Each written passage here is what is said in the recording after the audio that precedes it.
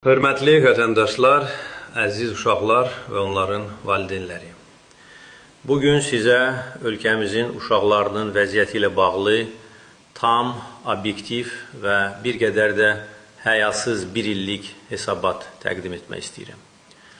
Baxın, sizin gələcəyinizi məhv etmək üçün nə qədər zəhmət çəkirəm. Bildiyiniz kimi, Azərbaycanda böyük neft gəlirləri var.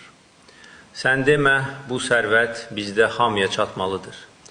Amma bu gic-gic fikirləri beyninizdən çıxardın.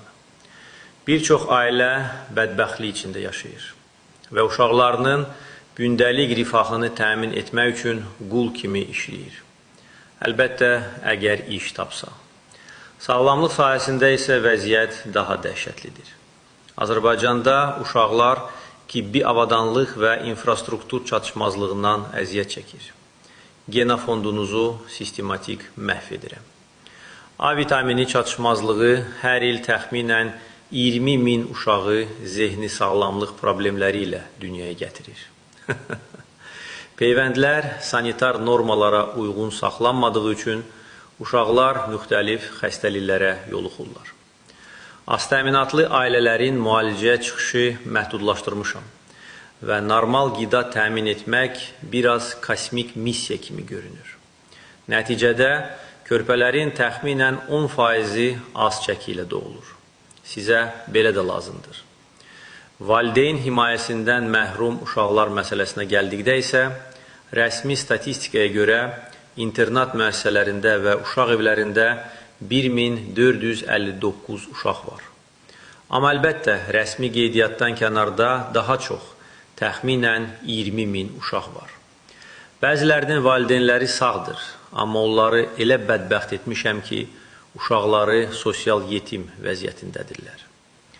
Dövlət himayəsində olan uşaqlar emosional və fiziki zorakılığa, bəzən isə cinsi istismara məruz qalırlar. Təhsil və səhiyyə xidmətlərinə çıxışları isə mənim əsl əyləncəmdir.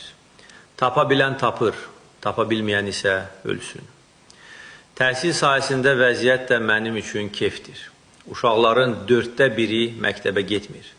Çünki gizli xərclər, iqtisadi qeyri-stabillik və bəzən də valideynlərin ehtiyacı uşaqları məktəbə getməkdən alıblar. Məktəblərdə dərslik çatışmazlığı, yararsız binalar və ixtisası olmayan müəllimlər. Cinsi zorakılıq halları isə artmaqda davam edir. Uşaqlar cinsi istismara, insan alveri və şəbəkələrinə cəlb olunur. Biz bu işi genişləndirmək üçün əlimizdə olan bütün imkanlardan istifadə edərik. Əslində, turizm yönümlü iqtisadiyyat modelimiz də bu məqsədə xidmət edir. Nəticə olaraq, əziz vətəndaşlar, gələcəyinizin içinə zad etmişəm. Azərbaycanın sərvətləri sizin uşaqlarınıza aid deyil, mənim uşaqlarım üçündür. İndi acqarına çalın, oynayın. Yeni ilimiz mübarək olsun.